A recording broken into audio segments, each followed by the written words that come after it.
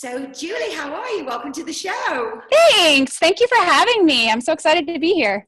Me too. Now, we met only a couple of weeks ago at the conference in New York, and I loved your talk. I was Thank you. inspired, and I knew that I wanted to get you on the show so that you could spread the message and talk to the people in our audience. So, let's backtrack first of all. Tell me how it all began.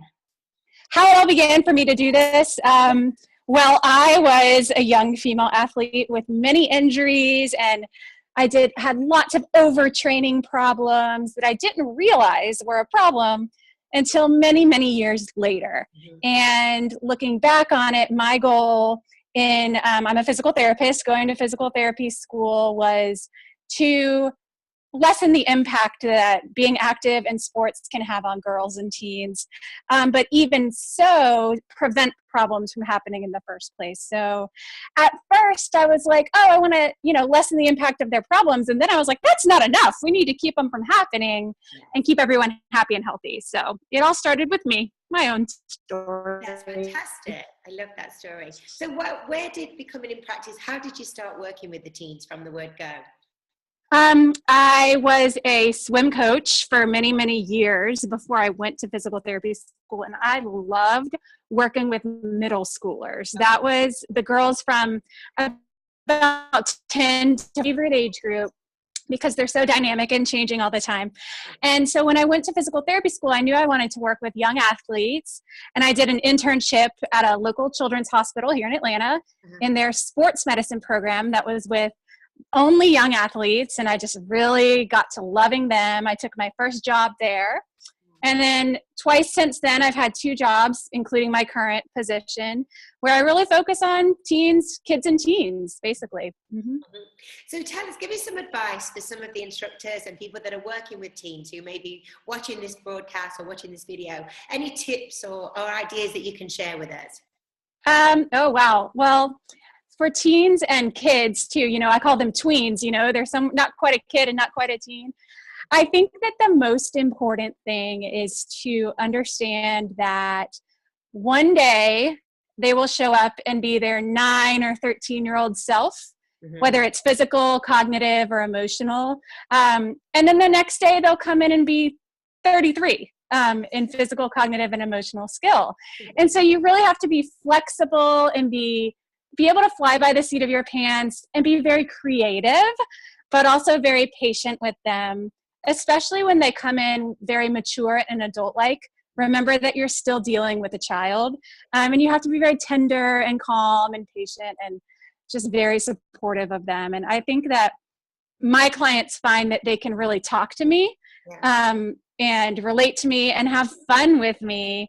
Sometimes some of them tell me I'm their total hero, because I feel like that's the way that I act with them. So that's my advice I give to students and fitness professionals as well. I love that. And what kind of programs do you do personally, Julie, with your teens? How does it look? What does the program look like? Well, primarily what I've been focusing on in my practice right now are 2 things. So one would be physical therapy. So if they do have an injury, then we do the whole rehabilitation process. Or the other one would be wellness, fitness, and Pilates-based movement. So whether they want to do injury prevention or they just want to do fitness, get stronger, learn about their cores, just learn how to perform better in their sports. And if they're not athletes, just be strong in life. And I use that Pilates-based and fitness-based mindset when we do physical therapy as well. So those are my 2 routes. The third route I'm going to add in over this next year is the Women's Health Coach certification, and add in integrative nutrition and health coaching for girls and teens specifically. That would be amazing. I mean, in the UK, that is something that is seriously lacking, and it's something that we really need to focus on. How do you see that rolling out and going forward? Will you be teaching it in a group or a one-to-one environment, or how do you see it? Oh, it's not just the UK where it's lacking. It is lacking everywhere that girls are active in sports, and everywhere where girls are not active in sports. So there's that other end of the spectrum too, which we'll save that for another interview.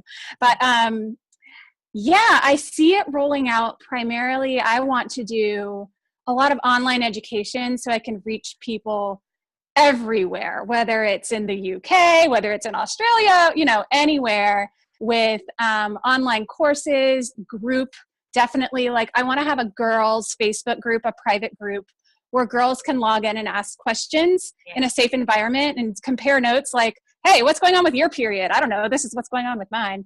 Because that's a huge part of holistic health, is not just their physical health, but also their integrative wellness and health as well. I will do one-on-one calls and sessions like the one we're doing now. And I think that that really resonates with girls and teens, because their primary method of communication with each other these days is social media and online. And I'm finding that my clients right now love to do FaceTime with me, and they love to text me. So I make myself available already so they can ask me questions at, you know, 9 o'clock at night when they're worrying about things or not quite sure what's going on with their pain or their injury. And I'd really like to help spread the word through my ebooks and my courses, train other people on how to work with young teens. And because I don't want to be the only one doing it, there's only one me to go around. And I think to help improve the service we provide to these girls and serve the underserved, that's where I see it going. Definitely. I love that. Serve the underserved. That's so fabulous. Now, the talk that, now I know it was quite a big in-depth talk that you did last week in New York, but do you want to kind of walk us through some of the main points that you discussed, because it was so useful? Yes. Talked about. I love that. I would love to. So, I set the scene by talking about how girls and boys, everything I'm saying applies to boys as well, but I have a special place in my heart for girls, obviously. Specializing in sports or being really active, so they may not necessarily be in a sport, can have so many positive benefits. In fact, there's way more positive benefits than negative ones. However, the negative consequences of overtraining or specializing early in a sport or overexercising, they are all preventable. Whereas the positive ones, they may or may not happen. So we want to make sure that if something is preventable, that we can prevent it. And that all starts with education. So negative consequences include injuries, which is my original neck of the woods. It may include burnout, where a girl is going. She's developing. And you know what? She just gets tired of doing sports all the time. She doesn't want to do it anymore. Maybe she wants to be social with her friends, and she's missing out on precious opportunities of growth and development and being a normal kid. Or maybe she's specializing in a sport, you know, from age 9, which is, I specialized from age 8 in a sport. I never knew anything else. And I didn't really have a choice but to specialize, because at a certain point in kids' sports, you've got to be a specialist if you want to participate at all, which is a huge problem. Kids don't have an alternative on ways to be active. And so I offer some insight into why, you know, it's not always a choice to specialize, or it is a choice to do the sport at all, but if they want to be active, they've got to specialize. And then they may get injured, they may burn out, they may have long-term health consequences, such as the female athlete triad, or a term called relative energy deficiency in sport, which takes the female athlete triad and really expands it into a little bit more holistic approach to what might happen if a girl is overtraining or specializing early. And it includes things like mental health, cardiovascular health, which I think is really not talked about very much. And we need to talk about. And then I talked about what can we do about it? So how do we encourage our girls to have reasonable alternatives in their physical activity? And I think that really has to start on a cultural level. We need to have alternatives available, such as fitness, you know, fitness classes for girls, Pilates classes for girls, or just, you know, if they want to do sports that really emphasize participation and fun and not necessarily winning and performance.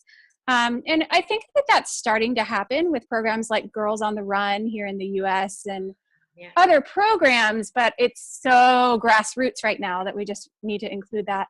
But also, you know, not every girl is an athlete. Not every girl wants to be super involved in sports. I have many clients who they do band or they do art. Yeah. And we need to embrace that and still get them into physical activity, but be able to, respect the fact that they may not be super active, and prevent problems like childhood obesity from being a problem. So there's a whole spectrum of specialization to not exercising at all that comes into this problem.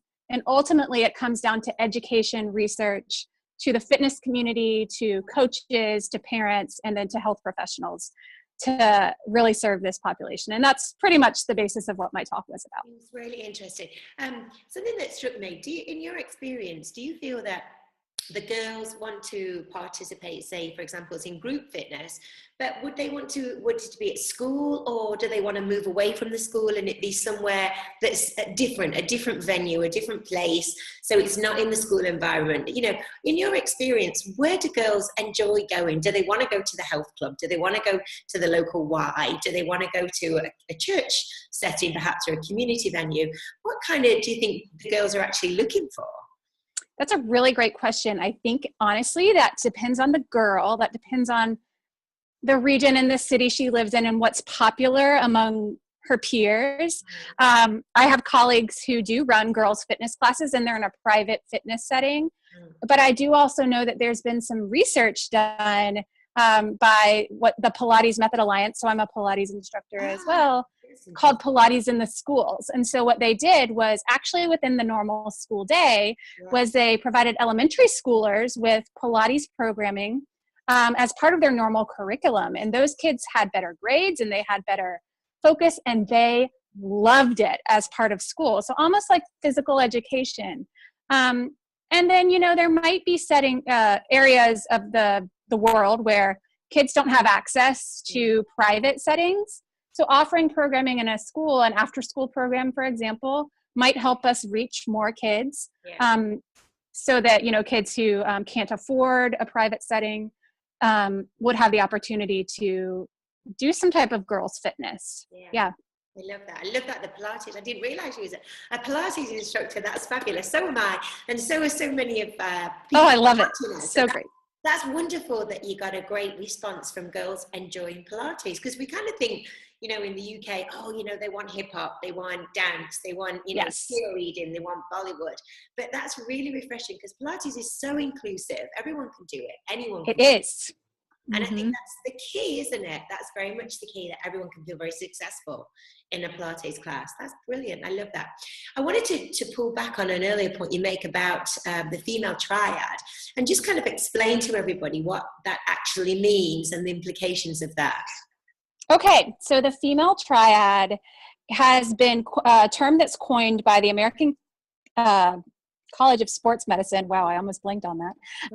From 1992. So it's been around for nearly 25 years, and it's really still just starting to be talked about. So it is a cluster of symptoms. It's a syndrome that all centers the peak of the triad, or the triangle, is energy availability. Okay. So energy availability is defined as the amount of energy that is left in your body after you do your daily function. So living, eating, breathing, sleeping, going to school, going to work, and after exercise. So it's a little bit more than calories in, calories out, because we're looking at how much is also left over. Now, if that number is a deficit, it's a negative number, then it's going to adversely affect body systems. Now, the triad, being that it's 3 points, the other 2 points are going to be menstrual function and bone health. So there's tons and tons and tons and tons of research that if there is not enough energy available due to the hormonal influence of stress, it will negatively affect estrogen, which will then negatively affect menstrual function and bone health. So that's been well studied. And we also know that the triad, especially in younger girl athletes, shows higher correlation with depression, with injuries, with long-term fertility problems, and lots of other issues. I could go on and on and on. But most importantly, impaired sports performance, and again, impaired energy. Who doesn't want to have any energy? Nobody. So the reason we get that is because of the problems I mentioned earlier: over specialization, over training, and then obviously not enough calories and not enough education on the correct nutrition for an athlete. So there can be many reasons why somebody has not enough nutrition and not enough calories, but overall that's what it comes down to. Got it. I understand. That's cool. Very interesting. So for you, taking this all forward, what's your kind of plans for the immediate future, Julie? What are you kind of doing really now? Have you got any programs that you're just about to hatch? Have you got any online resources that people can jump into and get involved with what you're doing? And yeah, what's next? So funny you asked. I just did a Facebook Live this morning about with a behind the scenes. Literally, we were scrolling through on my computer the tour of the ebook I'm about to launch, that I'm hoping to, if I can get everything together, get done by the first of the year, just to get everybody in the fitness mindset for girls. And then I'll have a paid version, which is a lot longer and has a lot more information and a lot more of my personal medical advice in it. And then I'll have a free version that's sort of, if you're just kind of interested and you want to learn a little bit. So it's perfect for anyone. And then from there, I'm going to develop a continuing education online course that people can take, webinars and modules. We'll have live calls so that we can hopefully start spreading the word to lots of people. I'll be lecturing on this topic at a couple of conferences next year. And I'm also hoping to launch a program within my company called Strong Girl. I think that's what I'm going to call it. Strong Girl, love it. And the STRONG is an acronym. I haven't quite figured out what the letters are, but it's going to be a package deal that includes health coaching, physical therapy if they live near me, and some fitness advice, and then online resources for parents and kids and coaches as well. Yeah. So if some of our audience watching us, listening to us on the podcast, where can they find you, Julie? Tell us where you are online. Okay, so you can find me on Facebook and on Instagram. The tag is @Prism Wellness Center. Those are the two best places to find me. Cool. My website is www.prismwellnesscenter.com. And if you go straight to the website, I have a pop-up that comes up immediately when you sign in, and you can get on the mailing list for my ebook. Brilliant. And I promise you I will not sell your emails or spam you ever. But that way you'll know exactly when it comes out, and you'll also get some updates on all of my other female athlete stuff that's rolling out next year. I'll be sure to include you on that. On my website is my email, which is julie@prismwellnesscenter.com. Please feel free to shoot me an email anytime. I'm open to meeting friends, to getting your feedback, learning about what you're doing, and networking. It's a great opportunity to spread the word for sure. Fantastic, Julie. We'll make sure that everybody will take all those details down and come and find you. You might have wished you hadn't have said that now. You'll get so many people going, oh, I don't wish I didn't say it. Julie, thank you so much tonight for taking the time. Thanks for having me. It's been wonderful. Thank you. Oh, thank you.